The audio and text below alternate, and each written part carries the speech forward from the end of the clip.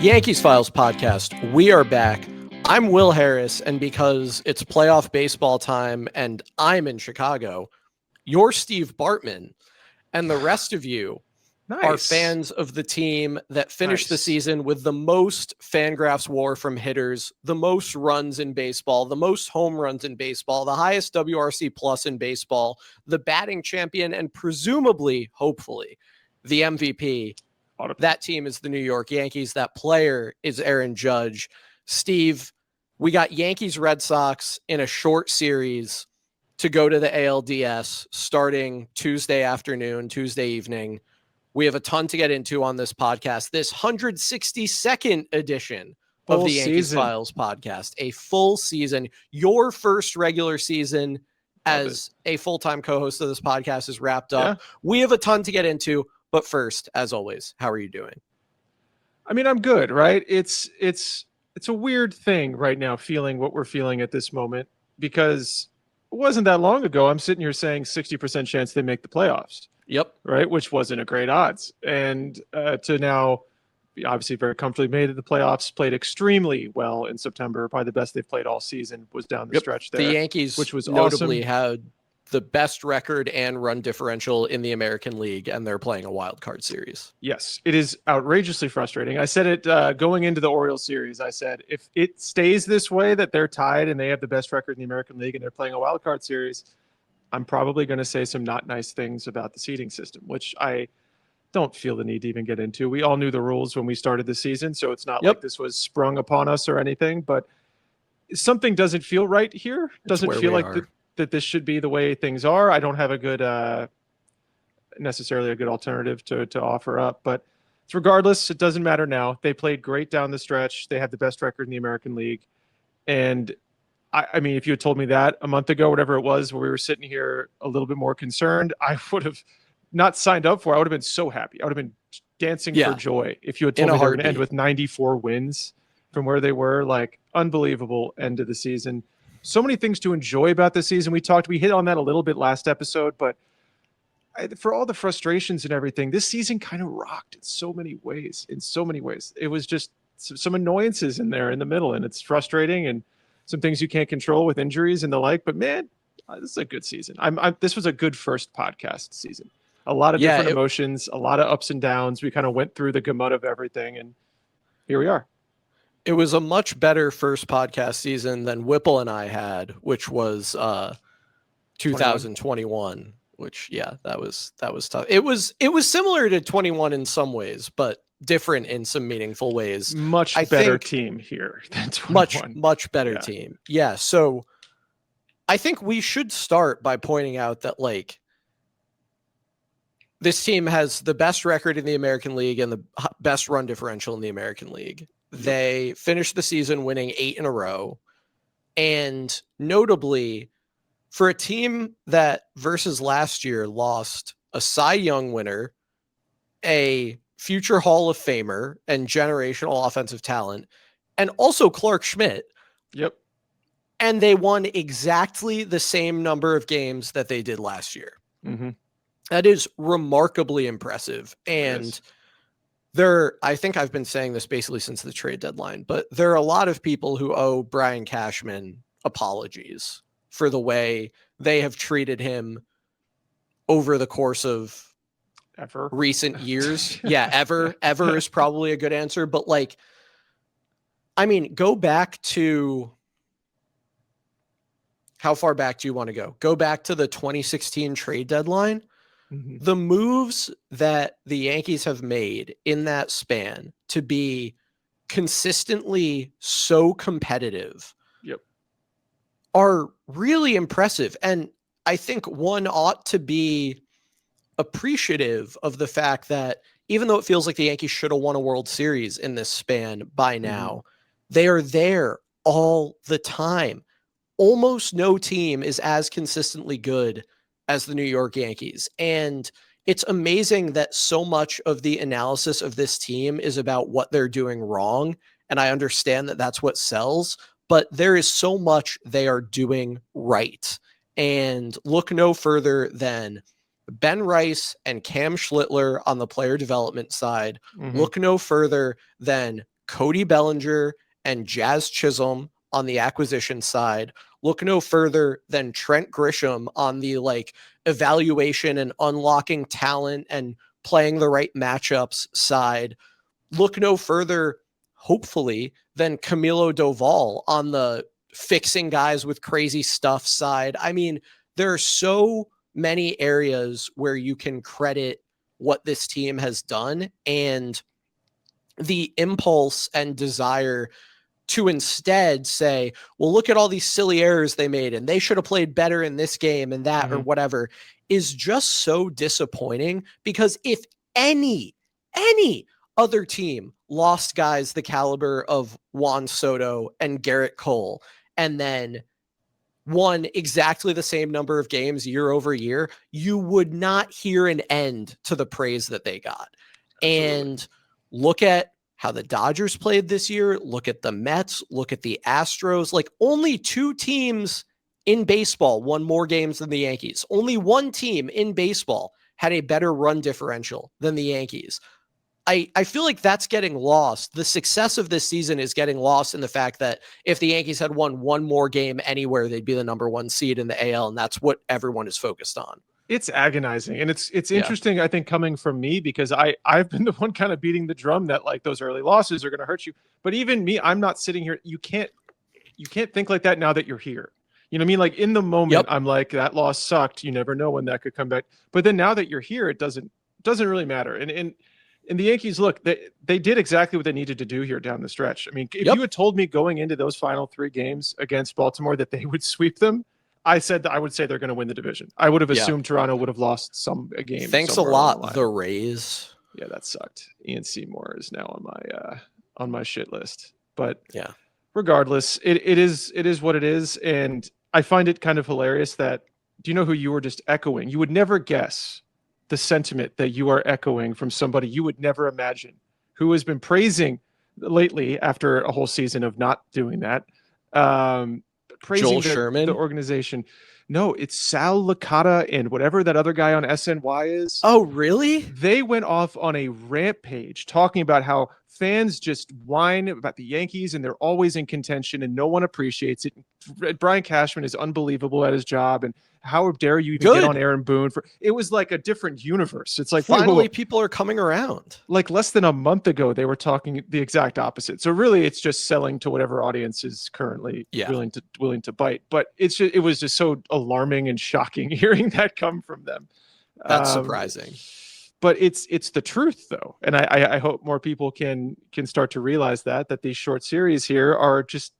They are what they are. They're random. They're crazy. That you can't count on them as 3-game series. The Yankees haven't done a 3-game series. Am I crazy saying that? They haven't, right? We haven't done a 3-gamer, have we? Did we?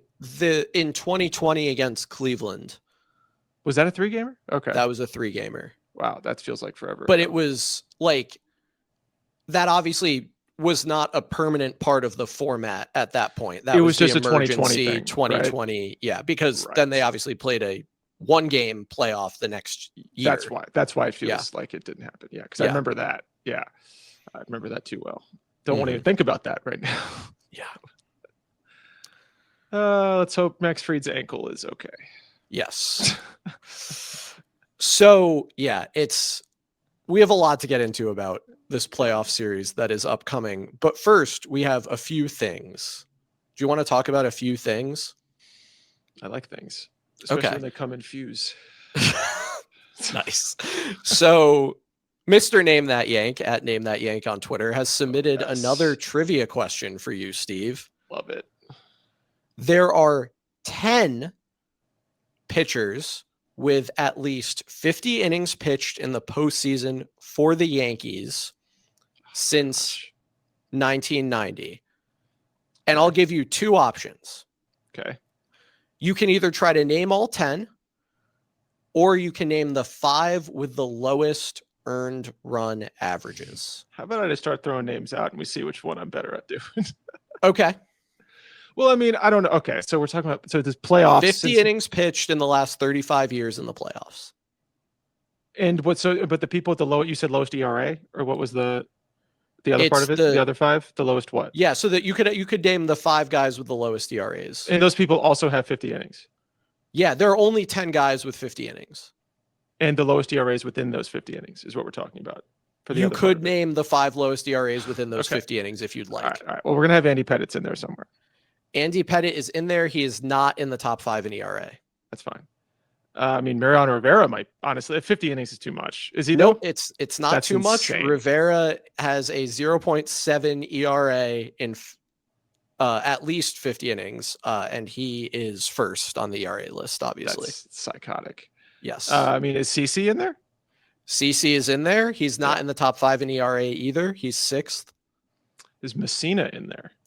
He is. He's not in the top 5 in ERA either. He's 9th. I'm not feeling good about that. I mean, is Garrett Cole in there? Garrett Cole is in there, and he's in the top 5 in ERA. He's 3rd.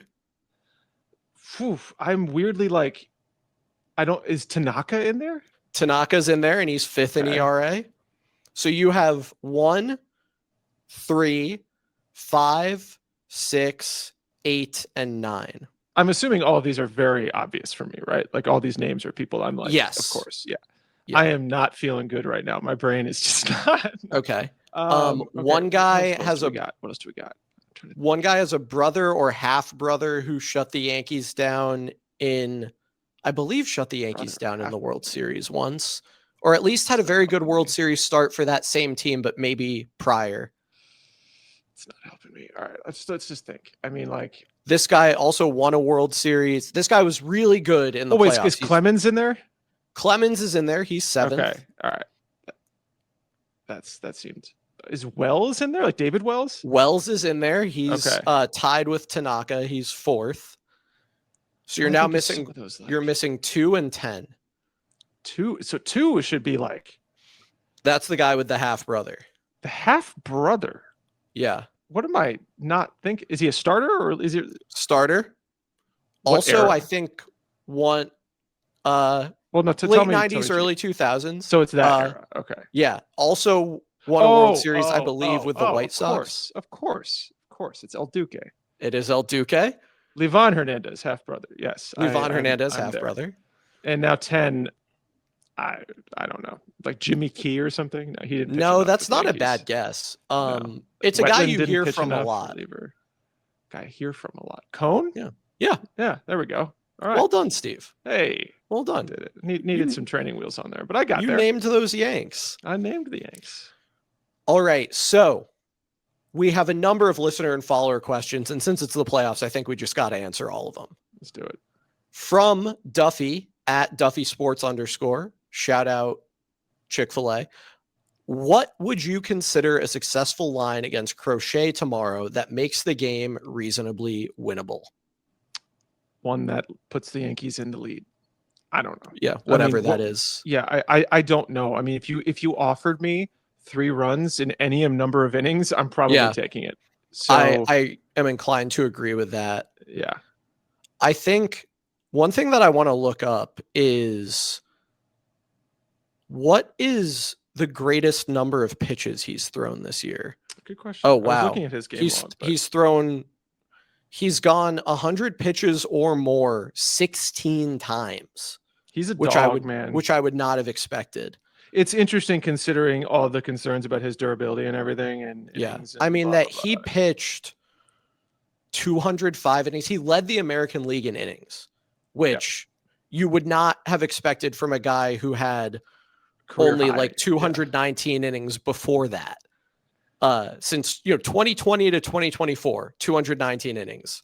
2025, 205 innings. I would be concerned as a Red Sox fan or Red Sox. Not right now, he's amazing, but that's a lot of mileage on a guy that never did that. Who, I mean, he's had injury stuff in the past, like something going sproing, but at some point doesn't help us right now. No, because you assume he's airing it out for one game. I mean, 5 innings, 3 runs, I would feel amazing. 7 innings, 3 runs, I'd even feel fine. I think, any number of innings with 3 runs. If you get more than 3 runs off Garrett Crochet, it becomes like really bad if you don't win that game, I think. Yes. There's one bugaboo with Garrett Crochet. There's one way to get to Garrett Crochet, and it's what we talk about and praise all the time, and that's hit home runs against Hit Garrett ball Crochet. defense. That's what he does. I mean, like if you look in his last 9 starts, 57 innings, only 45 hits, only 7 walks, 72 strikeouts, absolutely freaking filthy. 12 home runs. 12 home runs in 57 innings is not good. That is not the a great only number. way that you get to a guy who is that good. You will not Yes. string together hits against Garrett Crochet. You won't do it. Nope. It's too hard to hit the ball. Whether you're right-handed or left-handed or whatever, he is so damn good. His honestly, even if you had 9 Ahmed's Rosario, it's just not going to happen. No. I think Crochet is actually the way he could. I think he could walk more people. Ironically, I think he could actually afford a few more walks. Yeah, he has this thing about not walking people. Yeah, he just comes right at you, and if you don't execute on those pitches when he's just going to shut you out and K you repeatedly. But if you can do some damage on it, then you're going to have opportunities for a lot of bombs, a lot of opportunities, a lot of pitches over the plate, and which is what happened when we faced him. Was it August? No. It was the mid-September series, right? When was that what it was? They went down 6-0 and then they kind of got to him. They scored 3. There was a different start. I could have sworn they put up like 5 on him. Am I crazy? Yeah. Oh, they did. Yeah, they did. That was early June. Early June. Yeah. It was the second game of that series, the Saturday game. And then you look at the whole line, it's like 6 hits and 1 walk and 9 Ks in 6 innings. Oh, that must be great. No. Hit homers. 5 runs. Actually, we only hit 1 home run that game, ironically. But yeah, whatever. Point stands. Yes. From Riley at Volpe Wells 2028, which Red Sox pitcher would you be most scared to see starting game 3? So it's not going to be Lucas Giolito. We've learned. Like it. So it's Connolly early, I would imagine. I would assume it's early or a combination of early and Peyton Tolley, maybe. I don't know. They won't do that. He's been not that great. He's not pitched well, right? He's got like a 6-something ERA. I don't know. But I guess Kyle Harrison exists. They're not. They would go early over. I mean, early is just a better version of Harrison right now. I actually, I'm kind of bummed. I won't lie that Giolito won't be pitching that game. I do not think Lucas Giolito is very good. I like the Yankees lineup better with all of their bats against righties in there. I just think that functions better. I think Connolly early is not something I want to face in the postseason. Yep, I'm with you. So bums me out, but just win the first 2 games and you don't have to deal with it. From Bobby Osborne at Bobby Osborne 43934. Would you be in favor of turning the wild card series into one 27-inning long game played across 3 days? Yes. Yes, absolutely. That would be so much fun. It would be so much fun. And it would benefit the Yankees. It would favor the Yankees. Yeah, because would. Large samples are just better for them. Yep. And they're probably the better team. So you would want that advantage to be able to compound. So yeah, absolutely. I would be in favor of that. Also, it is what I imagine cricket is like. The Red Sox have one move here, right? And that is start Crochet, go to Whitlock, and then get to Chapman. That is the whole thing they got. Outside of that, they're not that great a team. They're okay. They have some stuff, but like that's their ace in the hole. Absolutely. From Rodon Freed FC at xwoba_enjoyer. What is your bullpen hierarchy? I assume of trust.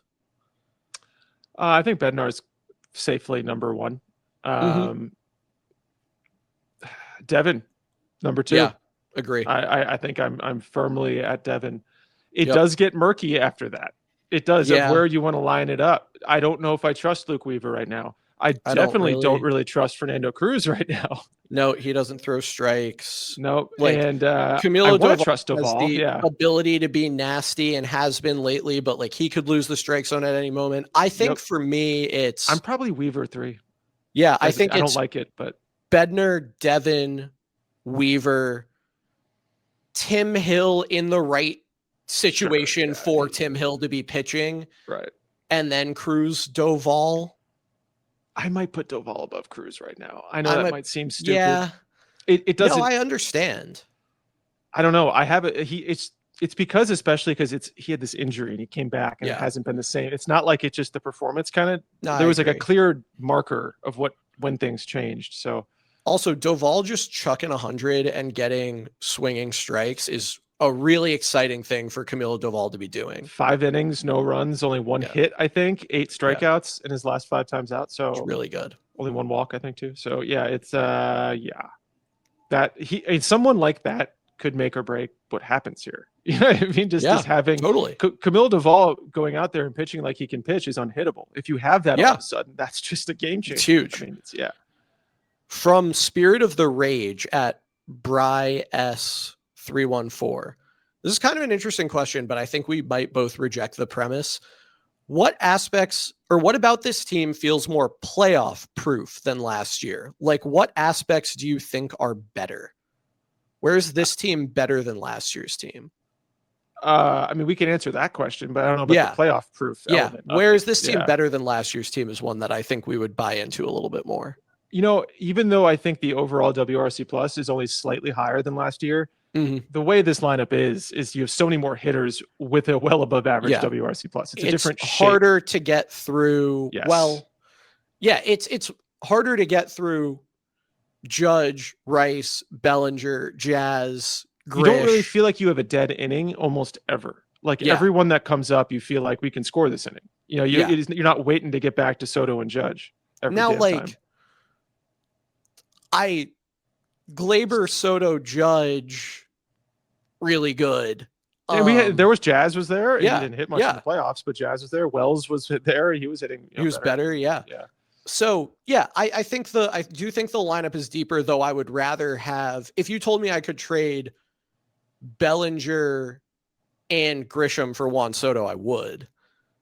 Offensively.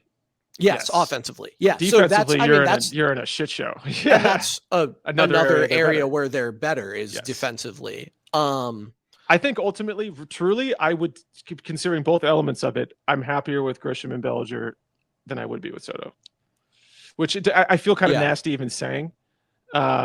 But I think I am happier with that right now in this moment for these playoffs. Like, I love Juan Soto. Yeah. I wish we still had one way that this team is better is Alex Verdugo isn't on it.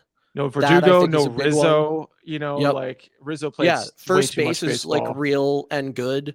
Who else was playing last year that just did not? John Birdie. John Birdie played. Who was playing third base last year? Jazz was playing third base, right? Yeah. But there was a lot of John Birdie. There was Oswaldo Cabrera. There was Alex Verdugo. I mean, and then you were leaning on Trevino. You were relying on like Wells and Jazz to be the extended guys too.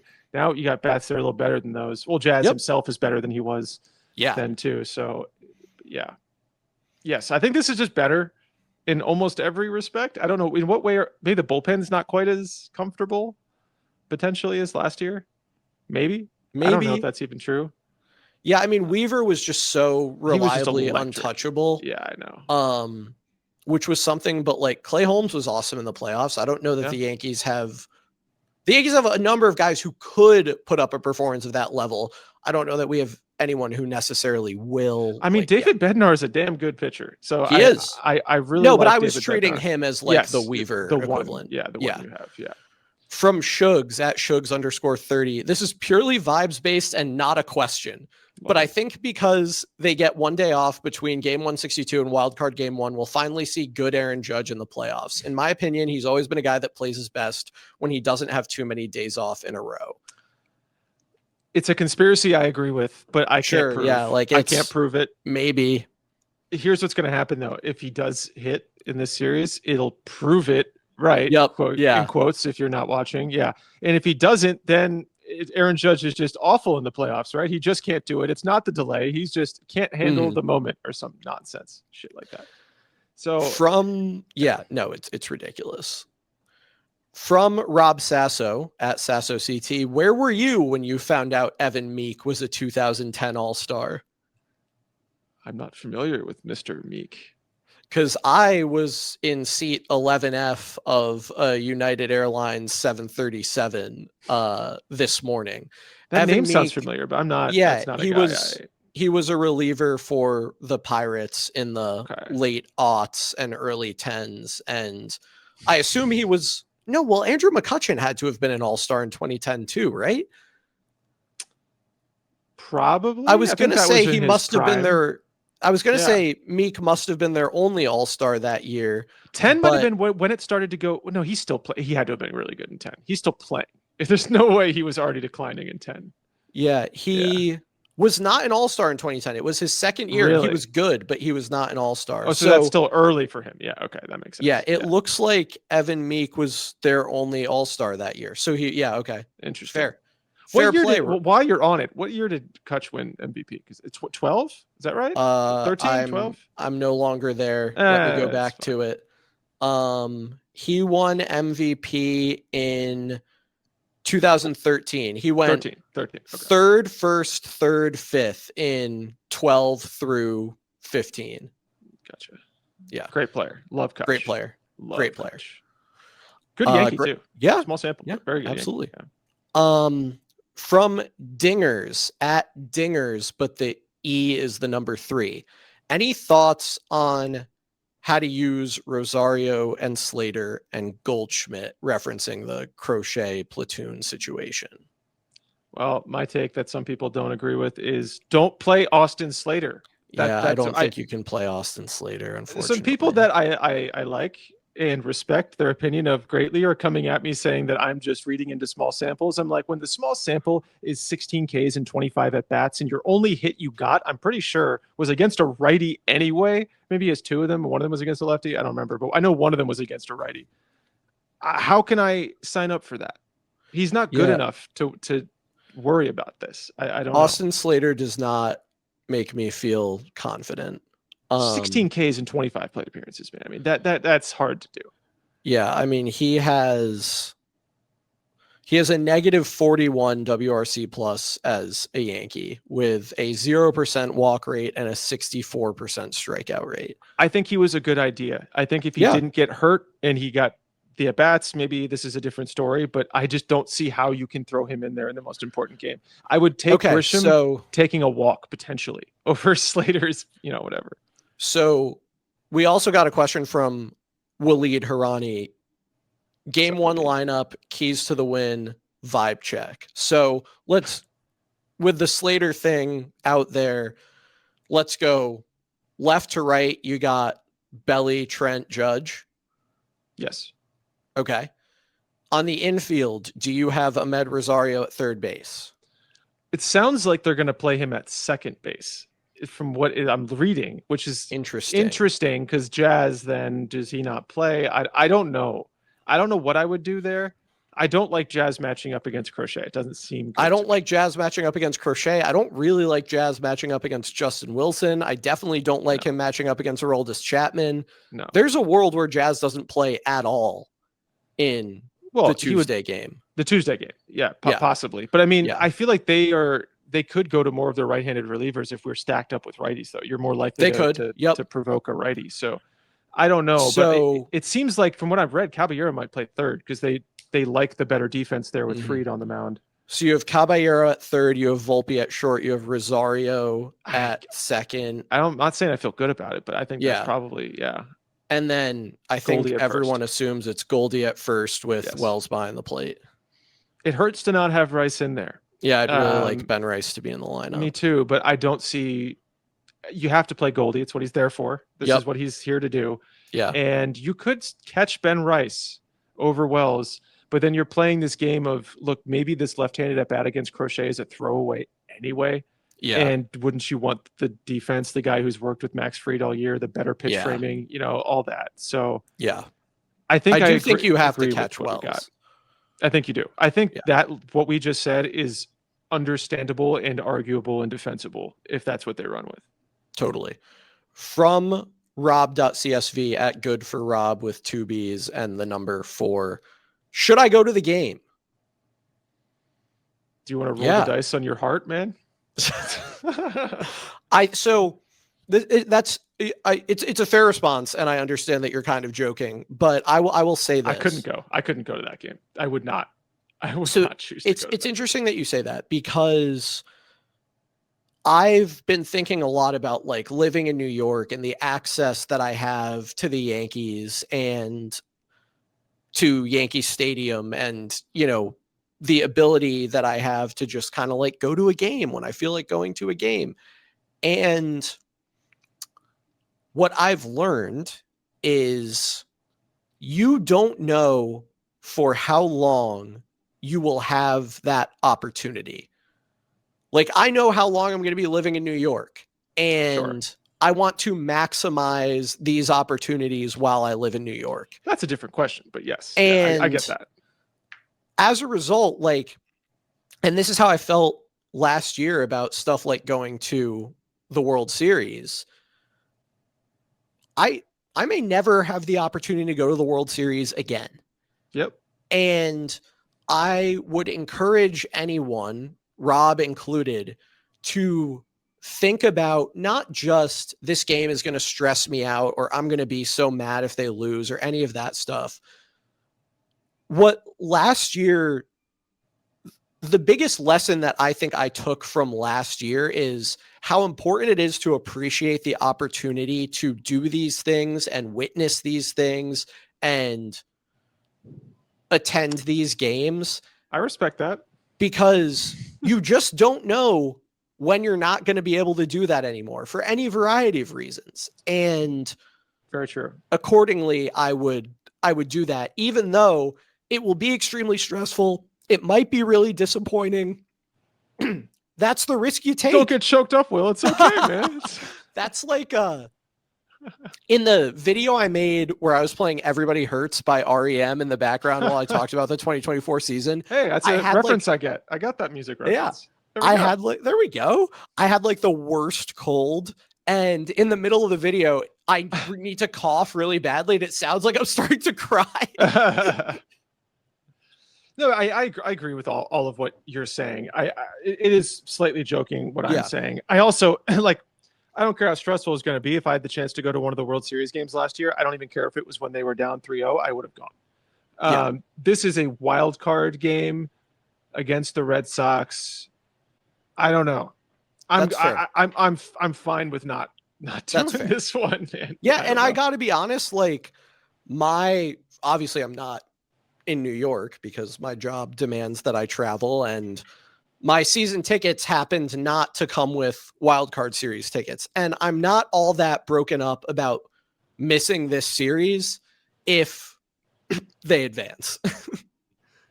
Yeah. I really hope they do. Bruce Bochy just got fired, and I don't know. Did he really? I mean, was it like just now, or did that already happen? Just now. And I feel, Alexa, play Vindicated by Dashboard Confessional. Is that a reference you get? Yes. Oh, how about that? Okay. I know Dashboard Confessional. Yes. Okay. Yeah. So, I mean, I'm just reading the Bochy news. No more ex-Bochy, man. No, we got to come up with a new one. Yeah. It's going to be like ex-Snitker, although I don't know if he's sticking around either. He might be gone too. It's funny, man. A lot of these guys are dropping. But you know who hangs on is Aaron freaking Boone, because that's right. Good at his job. He is good at his job. Do you think the obvious answer is that Buster Posey is hiring Bochy, right? It would fit their MO of like, we don't really care about data. We're just going for vibes things. Yeah, I could see it. I could also see Bochy just being done. Like, he's old as shit now, isn't he? I don't know. Yep, he is. And he's never won 90 games in back-to-back years, and he's never had back-to-back playoff appearances. So just want to put that out there. No one will ever reckon with the fact that they said he was so important to 23, but now he did this. It just, no one ever has to come back around. Yep, exactly. Do the circle and answer to that. So same thing with Brian Snitker. Yeah. He was this, old baseball guy who eschewed analytics and all that stuff. And then when the Braves went on this downward spiral of either choking or just being bad, doesn't have to answer for it. So just want to point that out. Imagine a guy whose brother played baseball, whose father played baseball, and whose grandfather played baseball. And we're suggesting he doesn't understand the game. And who had a long career himself. Yes. That guy sounds like he'd be a great manager for the New York Yankees. Especially one of those guys who's also bought into modern analytical baseball and knows how to splice it down the middle and how to be. Yeah, it's just that would be a players love him. Great candidate. Seems like that would be a great guy to have. We love you, Booney. We do. All right, Steve, we have gone through our listener and follower questions, and now I will orient us to this wildcard series. All right.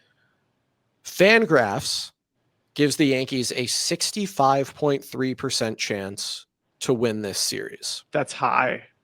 I think that's high. I agree that that's high. It gives the Yankees a 57.4% chance to win the first game, a 59.5% chance to win the second game, and what is currently a 64.1% chance to win the third game, but that is assuming that Lucas Giolito is the starter. Oh, okay. The Yankees have a 34.2% chance to win in 2 games and a 31.1% chance to win in 3 games per Fangraphs.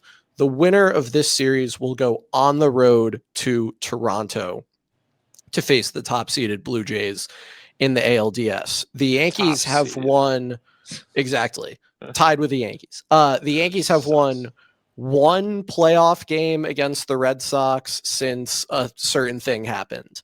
That doesn't mean anything, though. It obviously doesn't mean anything. I don't think there's a single player on this Red Sox team who was on the 2018 team. Nope. Someone can check me on that, but I'm pretty sure that's true. Who could be? Yeah, there's no one left. Devers is gone. With Devers gone, I don't think there's anyone left unless was like Refsnyder there that whole time. No, I don't think so. I don't think so. Yeah, so I'm pretty sure it's there's no one left from that team. There's hardly really even anyone left from the 2021 team. Like, I guess Whitlock would have been there by then. Probably. They have guys in the system, but yeah, I don't know if any. Some of those weird scrappy, like Refsnyder might be there. 2021. Refsnyder might have been there in 21. Yeah, he probably was. But like it's the same thing that we talked about with like the Astros, where like, oh, the Astros have the Yankees number. All right, well, like in 2015, Mark Teixeira and Alex Rodriguez were facing Dallas Keuchel. Yeah, I'll never forgive him for that. Never. So I understand that like Red Sox fans are going to say decades since that. Oh, Red Sox fans are going to say whatever they're going to say about how the Yankees and Red Sox fare against one another in the playoffs. That's all nonsense. Doesn't mean anything. Doesn't mean anything. I have no idea really what to make of this, because I love Max Fried and I have a ton of confidence in him. But the Red Sox do have some guys who really mash left-handed pitching. Yep. And they have the second best pitcher in the American League and probably the third best pitcher in Major League Baseball going for them. Like, that's a pretty nice tough guy to have pitching for you. I will say, I think if this is in Fenway, I am far less confident. Especially just with the damn monster out there. What makes pitching to their righties so annoying is they don't even need to really hit the ball that well. They just got to bounce it off the damn wall. And them trying to hit home runs in Yankee Stadium they don't have like a big masher, really. They have guys that can hit lefties pretty well, but no one who's just launching nukes left and right. I say that. I mean, my God, we could cut back in a day. Look, anything can happen. But I think and that's the thing about having takes about playoff series is we would never operate this way. It's the whole thing that we always talk about the playoffs asking a fundamentally different question than the regular season does, which is, can you win a coin flip? And people drawing far too many conclusions than they should. Like, this is actually something that I wanted to say when we were talking about the season as a whole. People will write a lot of narratives if the Yankees are eliminated at any point this postseason about what doomed the Yankees. And every time, for every team, that is a silly and meaningless thing to do. No postseason series is long enough for it to tell you anything about the team. And we know that from countless results. So you may have some preconceived notions about this team. You may think that they strike out too much and they can't score without hitting home runs and they play terrible defense and they can't run the bases, or whatever you believe. And you will probably read those beliefs into whatever ultimately eliminates them from the playoffs, if something does. I would encourage people to remember that you would not, from any 3-game series or 5-game series or 7-game stretch in the regular season, draw, or you should not, I guess a lot of people would, draw sweeping conclusions about a team. And that is all you do when you try to assign blame and narrative to what sinks a team in the playoffs. There will be reasons that they lose if they lose. Those things will not be inherent characteristics of the team. They'll just be events that transpired over 3 or 5 or 7 games. Yeah, I mean, yeah, that's why this sucks. Honestly, because that's the exactly Yankees why are the better team. They did the thing that's so hard to do way better than the team they're facing right now. Yep. And all of that effort and all of that work to be that much better than the Red Sox were, it just doesn't mean anything anymore. Doesn't mean anything. And this series, I think, any series like this, any short series is going to favor the worst team. Obviously, that's how it works. I feel like it gives the better team a better chance. Increases the worst team's odds by more. Yeah. Yes, that's what I meant by it. But I think even Red Sox in a 5-game series, I'm so much more confident. 3-game series where Garrett Crochet is on the mound, man. Like I'm surprised the Yankees are apparently have the advantage to win game 1. I think the Red Sox, I think it's close and it's random because this is all nonsense. But if I had to put money on it and I had no bias about anything, I'm probably picking the Red Sox to win game 1. Mm-hmm. They have Crochet on the mound. Yeah. They have Chapman. There's no reason to bet against Garrett Crochet. No, they can have a game where Garrett Crochet and Aroldis Chapman are the only 2 pitchers that pitch. Like that can exist in this world. That's not going to go well for anybody. It doesn't matter what. It's not good for the opponent. No. So, yeah, I mean, but then at the same point, if the Yankees hit Garrett Crochet and they win game 1, Red Sox have so little to help them after that. They got to pray to God that things will go right after that. All their chips are in on this first game. I think the Yankees can survive if they lose the first game, but don't lose the first game. You'd rather not. Yeah. Yeah. Yeah. I mean, it's just, you're exactly right. The format is their biggest enemy. The Yankees are better than every team they could face in the American League, at least. Mm-hmm. They might be better than every team they could face, period. Like, depending on the stat you look at and depending on how you value the quality of a team's opponents, it's entirely possible that the Yankees are the best team in the playoffs. And yet they have to play a 3-game series. They have to face a top 3 pitcher in the game, and they could very easily lose in the wild card round. And the Yankees are not to blame for that. The format is kind of to blame for that, but the randomness of baseball is really to blame for that. Yep. Like that's just how it goes. Like, there's like almost just as good of a chance that the Yankees just shell Crochet. He's out in like 4 innings and they hit like 4 bombs off him. And it's like this whole narrative that Crochet, couldn't handle it in New York. Maybe he got tired. Think of all the retroactive narratives that could be applied to him after that game, right? Like if that were to happen. It's not just as likely as him shutting us down, but that could happen. It could very well happen. And it wouldn't be like this was impossible. I hate it.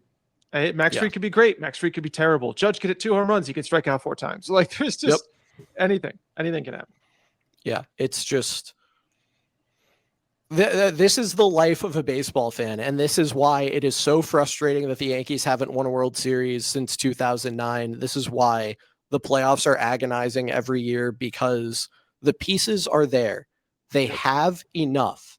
And you just need everything to happen in the right way at the right time. And you need that not to happen for your opponent. And it's really challenging to have both those things go right series after series after series. And, we'll just see what happens. And it's like, I'm not even going to ask you, unless you want to offer one up, I'm not even going to ask you to make a prediction on how far the Yankees go, because it doesn't mean anything. Yeah, I have no idea. I think it'll be a little bit easier to start forecasting that after this round if they're still in. Yeah. Sure. But this round in particular is dumb. This is a dumb thing. I don't like that it exists. Yep. And I would be saying this dumb anyway. So, I mean, it's as dumb as the 1-game wild card. Yeah, it is. I think I'm happier. I'm happier it's not a 1 game. Sure, Yeah, but still, yeah, it's just stupid, man. Yeah. I'm not a fan of this. And even for the other teams in the LDS, you got to sit around and wait for these goddamn teams to finish these 3-game series. It's not good for anybody. I just don't like this. It's also supremely annoying that under the old format, the Yankees and Blue Jays would have played a 1-game playoff to see who the 1 seed is. Yep. And instead, wait, so I'm trying to think about that would have been so sick. Exciting. Yes. Also, I'm trying to think. Go back to that. Could have been playing today. There's a day off. Yeah. There's a day right here. Why aren't we playing that? When there were 4 teams who made it from each league, wasn't there for a time a rule that you couldn't face a team from your division in the ALDS? Or did it just never transpire that way? Because the Yankees ultimately did in 2012, but wasn't that after the introduction of the wild card game? I don't remember the history of it. I mean, I know back in the old days there was no wild card game. Obviously, there was just the one wild card. It was one. Because like what I was going to say is the Yankees and Blue Jays would have played a 1-game playoff. The team that lost would have been the 1 wild card, and then I don't think they would have been facing each other in the ALDS. I think you're right. I don't because that never really seemed to happen. There was no like Yankees Red Sox ALDS. Yeah, it didn't happen until the Yankees played the Orioles in 2012, and I think that was like the year or the year after the wild card game started. I'm not sure, honestly. So that could be right. Anyway, it's just very funny to me that like also in the very old format, the Yankees and Blue Jays would be playing a 1-game playoff to see who goes to the World Series. Yeah. Oh yeah. Like old days. Yeah. Just who wins the league like goes to pre-1969. The Yankees and Blue Jays would be playing a 1-game playoff to see who goes to the World Series. And as much as I hate the current system, also how ludicrous is that? Honestly, that is ludicrous, but it's also think about how many kind teams, of better. But yeah, there are too many teams now. There are too many teams now. But even then, I mean, you'd have almost every team in baseball would just be playing baseball for no reason for like half of the year.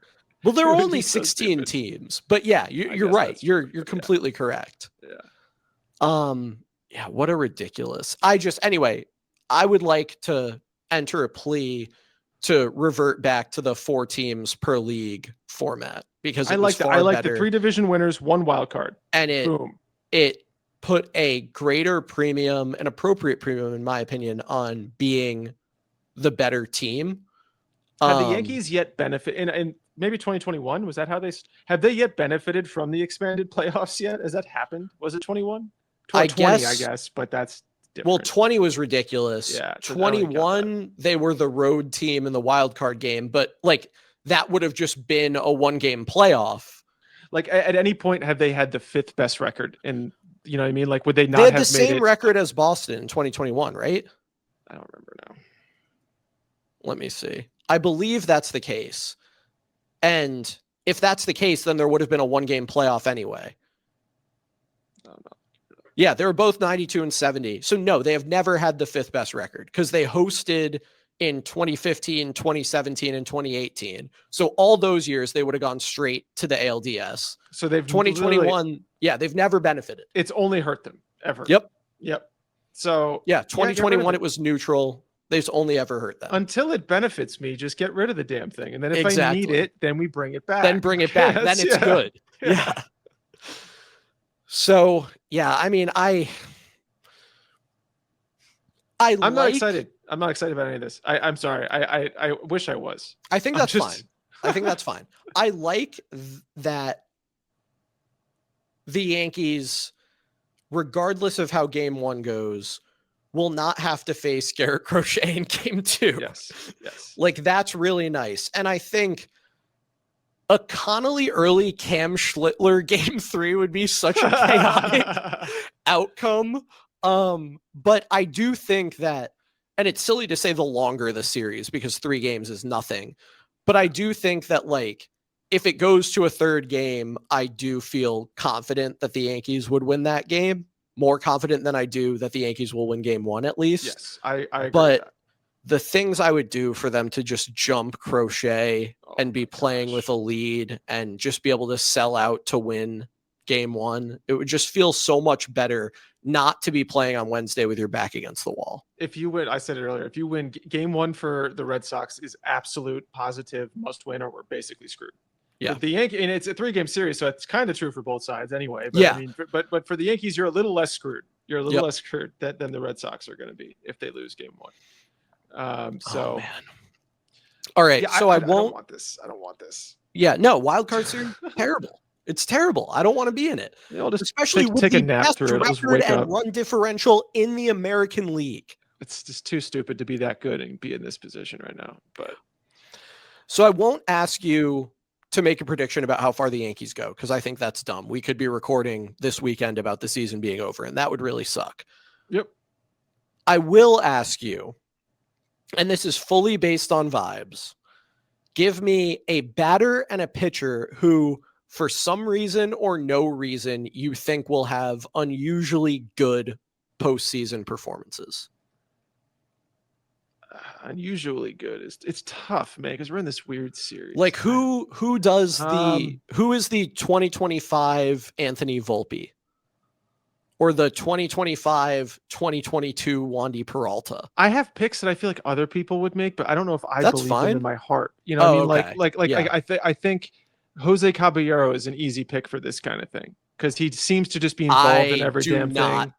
Feel good about Jose Caballero that's what I'm saying. Slightest. But I mean, look, if you look at, like, I know the batted ball data probably doesn't totally support me. No, the batted ball data has been solid. It's the propensity to give away outs. Yeah. Like the missed bunt that led to Volpe getting picked off. I was at that game. I couldn't tell totally whose fault it was, but like if you're gonna bunt, put the bat on the ball. The getting picked off at second base. I gotta be honest, Sunday, the stuff doesn't actually. I've seen some of those things. They're kind of stupid, but they're no more stupid than the other things we claim aren't stupid. So I mean, I don't know. I just think that outs are precious, and I get it. Especially when you give away an out because you're bunting, which is giving away an out. That bothers me. And like I get it. Jose Caballero, like, there are situations where aggressive base running benefits you, and I just don't believe that getting picked off when you're not stealing from second base with fewer than 2 outs is like just really, really bad. So yeah, I don't feel good about Jose Caballero. That wasn't my pick. Yeah, no, I know. So I'll say this: if the Yankees advance beyond this round, because I think that's the only way I can really have fun with this answer. Totally. I'm gonna go, and it's a fun one. I'm gonna go Ryan McMahon. I think Ryan McMahon will be a very fun player in the postseason, potentially, especially if he's getting some righties to hit. But dude, the dude hits the ball freaking hard, man. If he just gets into a tear, he could just start launching home runs. That would be really happen. Fun. And he plays unbelievable third base defense. Yep. So I can envision a world where he's making ridiculous diving plays at third base and then coming up the next inning and hitting a 2-run bomb. I can see that world. And then my pitcher would be Duvall. Yeah, my pitcher is also Duvall. Yeah, because it would just be the most fun answer to that question. And also, I think my hitter is Austin Wells. I know he hasn't played well in the postseason yet, but he was good down the stretch here. He was good down the stretch, and I just, for whatever reason, I think it's going to be Austin Wells. Well, Steve, anything else you want to cover before we wrap up here? I really hope the next time we speak, we are still playing baseball. Yeah, me too. That's all I want. I want is for the next episode to not be a postmortem. That'd be really nice. I'm not ready to say goodbye to this team yet. I like them too much. Yeah, no, they've deserved better than what they've gotten, and hopefully that is rectified in the postseason. Just get through this round, and it doesn't matter anymore. This whole seeding shit doesn't even matter. You could even argue it was a benefit because you got to keep playing and you didn't have this whatever. I don't know if we believe in it, but I don't believe that at all. I would rather have a 12.5% chance to win the World Series than a 50% chance to have a 12.5% Oh no, 100%. I'm saying, but once you are through, could that have been a benefit? You could. Maybe. You can argue it. You can argue it. You can argue it. I am a firm believer that when Aaron Judge sits for a while, he doesn't hit as well afterwards. And I think there are numerous examples of his injury time off coming back. Yeah, I mean, I think the injury is the major confounding factor. Maybe, but it has been like, why? I think you can see a thread. Even after All-Star break, sometimes he doesn't do so hot. Like, you can. No, you're right. Well, Steve, there's only one thing left to do, and that's rate your confidence for hopefully not the last time in the 2025 Yankees.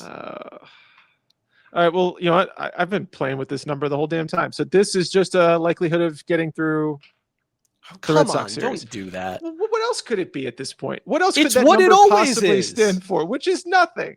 Exactly. I love this team. I have come Me around too. fully to loving this team. Really enjoyed all of this season. Not all, you know, I mean, it was tough, but I really Yeah. loved the storylines we got this season. It was just so much fun. And I'm going to give them a solid 9 because I love so many players on this team right now. And Yeah. yeah, 9. No, I agree. I think I'm right in the same place. And I think I would say, like, one thing that I'm trying to keep in mind this postseason is that this team is going to look very different probably next year. Oh, so Like, different. there's a good chance that Paul Goldschmidt, Trent Grisham, Cody Bellinger, Maybe and not gone, but probably should Devin be Williams and Luke Weaver and, you know, the various people are not there anymore on the 2026 Yankees. And then there are trade pieces beyond that. Like, things are going to look very different next year, just as they look very different this year than they did last year. And guess who's still going to be there next year? Not Aaron Judge, but another guy that just thinking about it makes me happy. Max Ben Rice is going to be there next year. Yeah. Oh, I forgot. Rice. S. Castro, shout out S. Castro on Twitter, asked, in 3 years, who will be the second best position player on the Yankees? Because the assumption is Judge will still be first. I agree. I think it's Ben Rice. I think Ben Rice might be first by that point. I don't know if Judge. Wow, Judge is going to be crazy. Old. Judge is going to get old. It's going to happen, right? He I is. mean, like, that's one thing. Really, like, I know everybody says it, and I think they know it, but you can't feel it. Appreciate this damn thing we just got to see, man. Like, this is Aaron Judge is fucking believable. Aaron Judge is having Mickey Mantle's peak. It's in an era where it's harder to have Mickey Mantle's peak. Yeah. And I keep trying to tell people this because I remember vividly, I was in first grade and my grandfather gave me this book. It was called Baseball's Most Valuable Players. And it was about, like, a bunch of guys from, like, the 60s and earlier who were all great. You know, Roy Campanella was in it and Mickey Mantle was in it. Willie Mays was in it. All these players. And I would read about Mickey Mantle and he would tell me about Mickey Mantle and going to Yankee games as a kid and seeing Mickey Mantle and talking to his friends about Mickey Mantle. And I had him on the podcast last year or the year before, and he talked about what that was like. And for so much of my life, like, sure, I had Derek Jeter and I had Alex Rodriguez, but for so much of my life, I was like, man, how cool must it have been to be in New York and you go to the ballpark and you watch Mickey Mantle. Yep. And then I turned 21 and I got that. Yep. Like, and really, you know, it wasn't until 2022 that he really became that. But, like, Aaron Judge is having Mickey Mantle's peak. Yep. If you've ever longed for the opportunity to watch that kind of player, if you've ever looked yearningly out at Monument Park or at the retired numbers and thought, I wonder what that must have been like. This is what it was like. It was like this.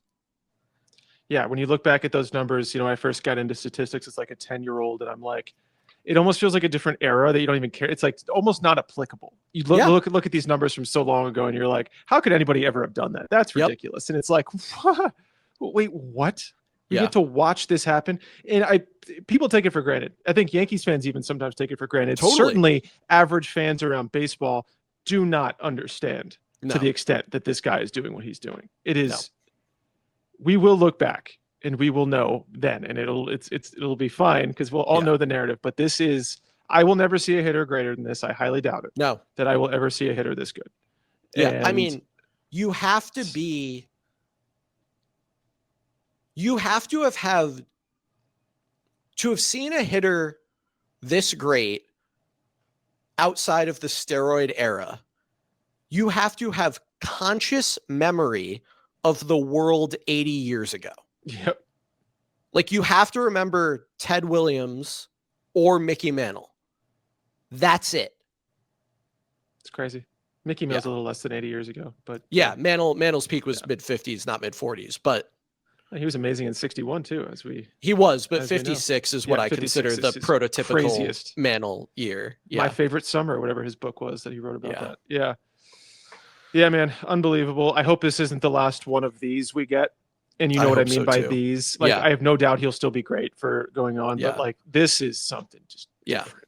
It is. I thought it was the end. I think one of my predictions was he'll be relatively human, I think was my phrasing. Well, if 10 WAR and a 205 WRC plus, whatever the heck it ended up being, is relatively human, then we're in a scary place.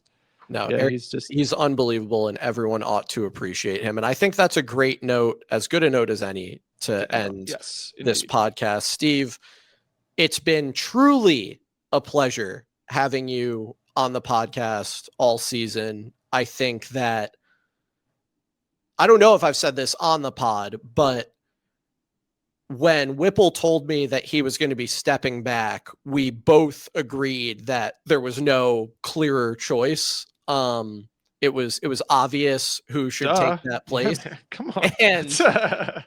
And I think that I speak for not only myself, but all of our listeners when I say that you have taken on that mantle and done great things with it. And I really appreciate it. And anyone who is out there who enjoys that Yankees Files exists owes you a debt of gratitude, because it would not had you not taken up this position. So I really appreciate it. It's been a great season, and I look forward to what is hopefully a great postseason and a few more triumphant episodes before we have to put this thing to bed.